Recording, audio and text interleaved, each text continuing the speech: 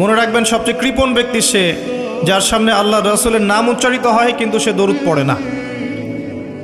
আর 3 ব্যক্তির জন্য আল্লাহ নবী সাল্লাল্লাহু আলাইহি ওয়াসাল্লাম ধ্বংসের দোয়া করেছেন, বদদোয়া করেছেন। 1 নম্বর সেই ব্যক্তি যে রমজান মাসকে পেল, রমজান মাসে আমল করে গুনাহ মাফ করাতে পারল না। আমরা আল্লাহর কাছে দোয়া করি আল্লাহ পাক আমাদেরকে রমজান পর্যন্ত পৌঁছে দিক এবং রমজান মাসকে সর্বোত্তমভাবে কাজে লাগিয়ে গুনাহগুলো মাফ করানোর তৌফিক আল্লাহ পাক দান করুন।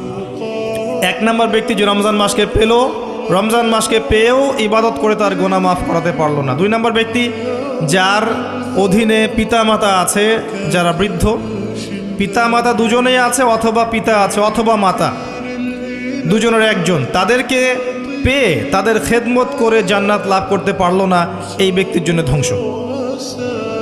নবীজি বলেছেন আমিন। আর 3য় ব্যক্তি যার সামনে রাসূলুল্লাহ সাল্লাল্লাহু আলাইহি ওয়াসাল্লামের নাম উচ্চারিত হয়েছে কিন্তু সে তার নাম শুনে দরুদ শরীফ পড়েনি, তার জন্য ধ্বংস।